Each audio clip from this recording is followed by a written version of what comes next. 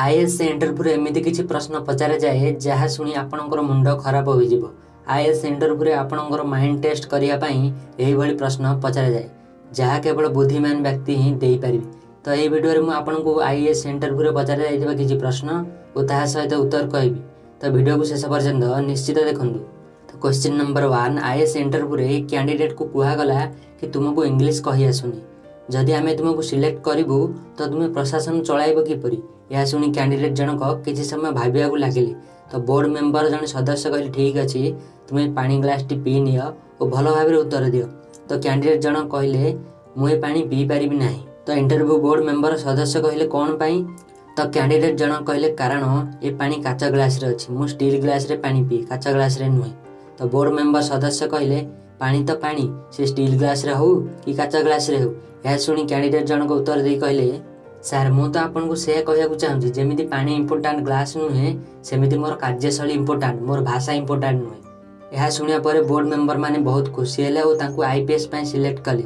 यह एक सत्य घटना और से आईपीएस आउ कहीं नुहति 2005 बैच आईपीएस मनोज कुमार। तो नंबर 2, आईएएस इंटरव्यू पचरा गला कि 10 टंकार आपण कौन किणवे जहाँफल पूरा घर फुल हो। 10 टंकार आपण एमती कौन किणवे जहाँफल पूरा घर फुल हो। तो यार आंसर कैंडिडेट जन कहले सार 10 टंकार मु गोटे धूपकाठी पैकेट किणवी, धूपकाठी को जालिबा फल पूरा घर बास्नारे भरीज।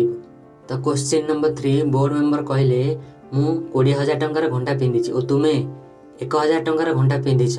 तो एथुरु आमे कौन जानिबा को पाउछे। तो यार आंसर कैंडिडेट जन कहले सार यह मोर और आपणकर स्थिति को देखाउछि, आपणकर स्टेटस मोठार बड़ और से आपण दामी घंटा पिंधि और मु वर्तमान जन छात्र से मु सस्ता घंटा पिंधि। तो क्वेश्चन नंबर 4, इंटरव्यू जन महिला को पचरा गला कि तुम्हें बाहाघर पूर्व निज क्षीर को क्या पियाई पारिबो कि। इंटरव्यू जन महिला को पचरा गला कि तुम्हें बाहाघर पूर्व निज क्षीर को क्या पियाई पारिबो कि। यही प्रश्न शुणा पर महिला जनक किसी समय भाविले और कहले हाँ मु बाहाघर पूर्व हाथ में धरी क्षीर ग्लास को निज परिवार क्या भी पियाई पारि। तो क्वेश्चन नंबर 5, बोर्ड मेंबर जन सदस्य पचारे कि तुम्हें केते जन भाई भौणी।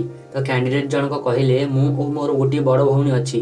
बोर्ड मेंबर सदस्य कहले मु जदि तुम भौणी को नहीं पलाइबी तो तुम्हें कौन करिवो। यह शुणा पर कैंडिडेट जनक किसी समय भाविया लगिले और कहले सार जदि मो भौणी आपन साथी पलैब तो मो भौणी सबुठ भल जीवन साथी आपण हेबे, यह मो बहुत खुशीर कथा है। तो क्वेश्चन नंबर 6, जने अनम्यारिड महिला को बोर्ड मेंबर पचारे कि आपण दिने सकाळ उठिले और आपण जानिबा को पाइले कि तुम्हें माँ हेबाकू जाउछ, तो आपण सबुठ प्रथम करिवे कौन। तो महिला कैंडिडेट जन कहले कि यही कथा सबुठ प्रथम मोर पति को कहि। तो क्वेश्चन नंबर 7, जने महिला कैंडिडेट को पचरा गला कि तुम्हें तुम ड्रेस तले कौन पिंधिछ। जने महिला कैंडिडेट को पचरा गला कि तुम्हें तुमर ड्रेस तले कौन पिंधिछ। यह आंसर महिला कैंडिडेट जन कहले मु मोर ड्रेस तले चप्पल बा हिल पिंधिछ।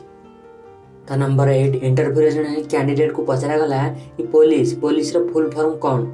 तो उत्तर रे कैंडिडेट जन को कहले कि पुलिस रो फुल फॉर्म है public officer for legal investigation and criminal emergency. तो question number 9, interview board member सदस्य पचारे कि धरिनिय राति 3टा होईची और तुम्हें निदरे शोइछ, हठात डोरबेल बाजिला और घर आगे तुमर बापा और माँ ठिया होइछंती और तांको बहुत जोर रे भोक लागुछि और तुम पाखे खाइबा पई फ्रिज रे ब्रेड और जूस अछि। तो सबुठ प्रथम तुम्हें कौन खोलिबो। यह शुणी कैंडिडेट जनक भाविया लगिले और पुणी थे प्रश्न को रिपीट करने को अनुरोध कले और बोर्ड मेंबर पुणी थे प्रश्न कहले। यापर कैंडिडेट जनक किसी समय भाविया पर उत्तर कहले कि सार सबुठ प्रथम मु मोर आखि खोलि कारण मु निदरे शोइछि। जदि वीडियोटी भल लगी लाइक कमेंट और शेयर करंतु। किछि नुआ जानिबा पई निजर नॉलेज को बढ़ाया पई आम चैनल को सब्सक्राइब करी घंटी को दबाई दियंतु।